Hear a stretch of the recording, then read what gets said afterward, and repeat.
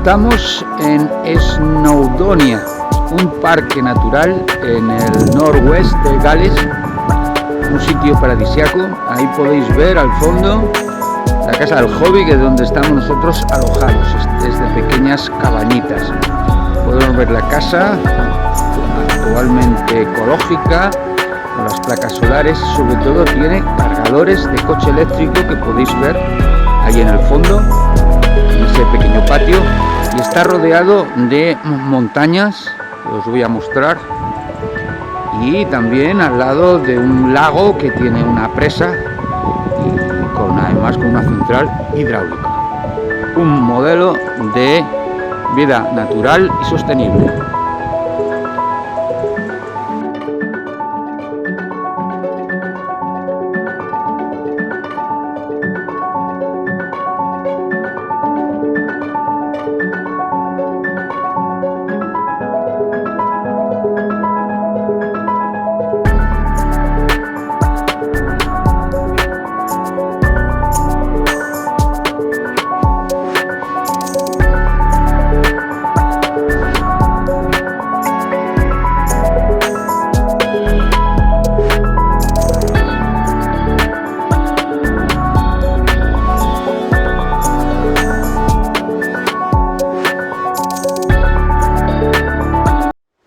Okay, so we are in your home, ecological home. When did you start your project here? 1984, I put solar panels on the house in Coventry. A normal house and whatever. 25 years teaching technology in schools, and then we moved here in 2007. And then a lot of engineering. We haven't got any big grants, any big money, so I had to do it myself. But from 2007, 2013 we got to the point where we're running totally on renewable energy. You show me the systems in the house in order to keep the heat, in the house with insulation and many systems. Can you tell me a little bit about that?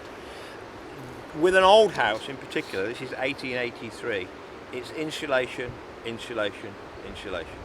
The fancy systems are nice, but you've got to get the insulation right to begin with. Once we've got the insulation, you need to think of the end wall of this house is 1 metre thick, 1883, no insulation 1883. So what I've now done, I've made that the inside wall of the house by building a big boiler house. And that gives me a roof to put solar panels on. And then inside we have the storage tank for the solar, for the water, but also for the boiler for the water to go out to shower 14 people, and the boiler. So the boiler house is warm. Because the boiler house is warm, the end wall of the house is warm. So that's like underfloor heating, but heating the house with thousands of tons of rock. In the boiler house is a heating system that runs on forest waste from making the chipboards all scrunched up. So it comes on a big lorry, they blow it in, and it takes about half an hour, and that is a bag as big as a minibus, and that keeps me going for a year. The wood pellets, like little bits of cat litter, they go and they get burnt, turned to gas, and then the gas is reburnt again to heat the house. Very, very, very efficient. You can run this in the middle of a city like London. So yes, there is pollution coming out of it, but only a little bit compared to things. The bad news is I could have done this in oil for £8,000, but it's £20,000. Yeah.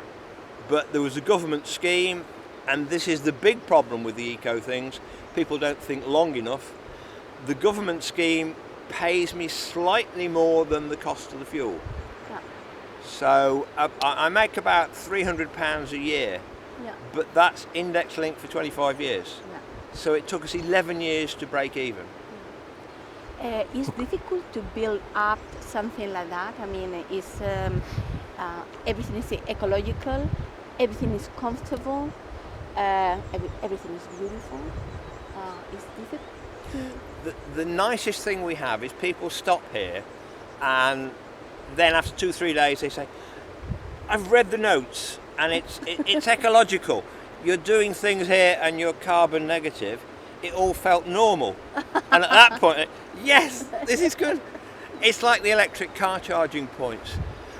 The big supercar company, Tesla, called me from California to say, do you want to be the first person in Wales to be a Tesla destination point in 2013? To which I said, yes, £2,000 worth of free equipment, good. Took a very deep breath and said, would you like a picture of Tesla being charged here last year? Yeah. So even before the grants and the money's coming, we're still doing it. And we have 3 points that always work since 2012. And we're actually brilliant, we've never failed. In the UK, about 20% of the electric car charging points on motorways and everywhere else are broken. Okay. Whereas if we have 3 cars here, we do it all and it works. And it's green electric. Okay. What is the meaning, I mean, the name of the house, the name? Bryn Echlid. Bryn means hillside, we're all right for hillside. And Echlid is the name of the tutor, the teacher for the patron saint of Wales, St David. But realistically, this is the manager's house for the Rusgan slate mine. Yeah. So it's all about slate. They put a big ramp in to move the slate down onto the railway. A heavy wagon on a cable pulls a light wagon up. And then they invented the steam engine, so they used the steam engine. Then they invented the petrol engine, so they used the petrol engine. Then they invented the electric motor, and then it all fell apart in the 1950s. So